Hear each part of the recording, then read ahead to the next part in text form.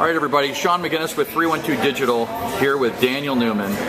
And so Dan and I just finished a round of indoor golf. We're hanging out at a local pub. We already shot one video for the day. And we needed to do another one because Dan and I had the opportunity to have coffee earlier in the week. And we got on the subject of Klout. And I wanted to just have a brief conversation with you about Klout and get your take on Klout. And so another total off-the-cuff interview.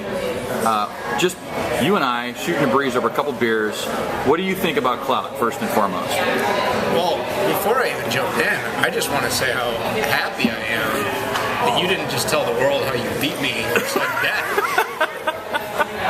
I got lucky. Okay, I want everyone to know, Sean McGinnis is a ringer. Okay? And yes, it was indoor golf, and no, the short game wasn't real.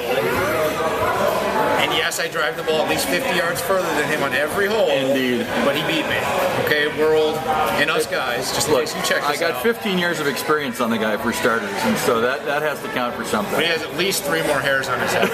All right, so jumping in. No, so let's talk about Klout. That's a great question, Sean. You know, I mean, you and I have bantered back and forth. It's so funny because I found that on any tweet chat, on any Twitter stream, on any Facebook post, if the word Klout comes up, there's just this immediate, ears pucker, eyes light up, everybody's, wanting to talk about it, what's your Klout score, what's going on with Klout, and it's really funny, but Klout's one of those things that, I personally, I just don't buy the hype,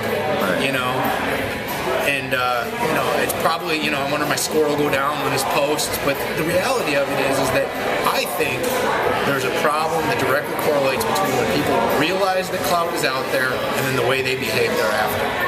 Yeah, when you made that comment, we were just talking. So we were walking away from a coffee, and Dan made the what I view as to be a really observant, or sort of a pointed observation. And the comment that he made essentially was, the minute you start caring about your Klout score, your behavior changes, and because your behavior changes, your Klout score changes as well. So it's like back in those physics classes with the Heisenberg principle. The minute you observe something in a system, it becomes imprecise, and so the things that I found that to be really, really interesting and probably 100% true. Now, whether or not it's changing it dramatically or not, but it's a lot in the way, it's very similar to me in the way that people, SEOs, for example, the minute as a web owner or a web systems owner, I become acclimated and somewhat knowledgeable about Google algorithm, my behavior changes, at least slightly, right? I mean, I go immediately from writing for myself or writing for my audience to writing for Google, at least a little bit. Those little things start to sort of sneak into the backside of your brain, and the question becomes, is that a good or a bad thing? I don't think that there's any judgment associated with it one way or the other, but you can't help but think that it does change your behavior a little bit. Well, when you start talking to people who you see are commonly mentioning Klout, Klout has their perks program, and people want to get my score up high enough, so I get on Klout perks. So they have the words. So you don't want to be a specialist, you want to be a thought leader because you want to be up in that upper right quadrant. So you start tweeting in a certain way, right? Because you figure out, it's important that I have a certain follower to followee ratio, or it's important that I only tweet so many times per how many responses I get, right? Or you start worrying about what your content is, or you start being, maybe non-conversational with someone that has a low Klout score. And I just think that's ridiculous. I mean, I came on, the social media scene. I've only been at it, since December of 2010 with any activity, and I was pretty much engaged to Klout maybe sometime in February. Someone first introduced me to the idea, and I saw it, and I was like, what is this? And it was like, what's happening here? And I'm watching it, and you see it start growing, and you realize, what it really comes down to is when you don't think about Klout and you engage in social media the way it's meant to be engaged, and that's sharing and creating and broadcasting in proportions based on the value and the network that you have, your Klout will rise. And when you start overthinking it, what you start to do is you start to alienate and create rifts and become less networked than you actually think you are, because people see through that sort of selfish behavior. Right. It is very similar with Google too. I mean, in the back of my brain, there's been this post about Klout that I've been unwilling to write so far, but probably a conversation for another day.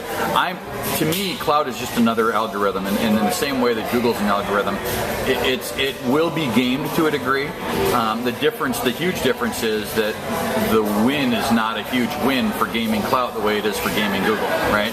So, to me, an algorithm is nothing more than a roadmap and a set of rules that define the game.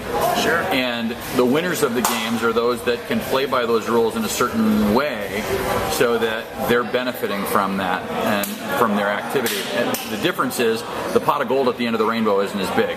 Google's a multi-billion-dollar corporation, and for many businesses that rely on Google search results, the win is a huge win. The win for some individual on Klout, it can be big, to be sure. I mean, some of the folks that traffic in social media expertise, and they're gurus, and they're selling their thought leadership, et cetera, et cetera. Those people certainly benefit from having, or have the opportunity to benefit from, a higher Klout score. But the average Joe Blow like you and I that are busy with other jobs and full-time commitments in other areas, what's the benefit to us? There really isn't one, right? I mean, Klout perks or what have you. But I found your comment really observant and dead on accurate, and so I want to make sure we captured it on video and talked a little bit more about what you felt about Klout. So with that in mind, I thank you for sitting down with us and sharing your thoughts. Is there any final thoughts you have about Klout or about Twitter or about whatever? The only thing I want to say is you're absolutely right. And for all of you out there that are going to go run and check your score now, I'm not saying Klout doesn't have meaning. I think it's a nice way to kind of follow your engagement, see how you're doing, and track your stats. What I'm saying is, when you treat networking with genuine integrity and empathy, and you communicate with people via social media very much like you do in real life, the way you would with friends, the people you care about, the return on the relationship is going to be greater than a high Klout score. We all want a high Klout score. It's good stuff, it's fun. But in reality, what I want people to walk away with is enjoy the experience, enjoy the networking, treat people with respect, high integrity, be great to be around, and people will want to be around you and your Klout. There you go, everybody. Daniel Newman on Klout.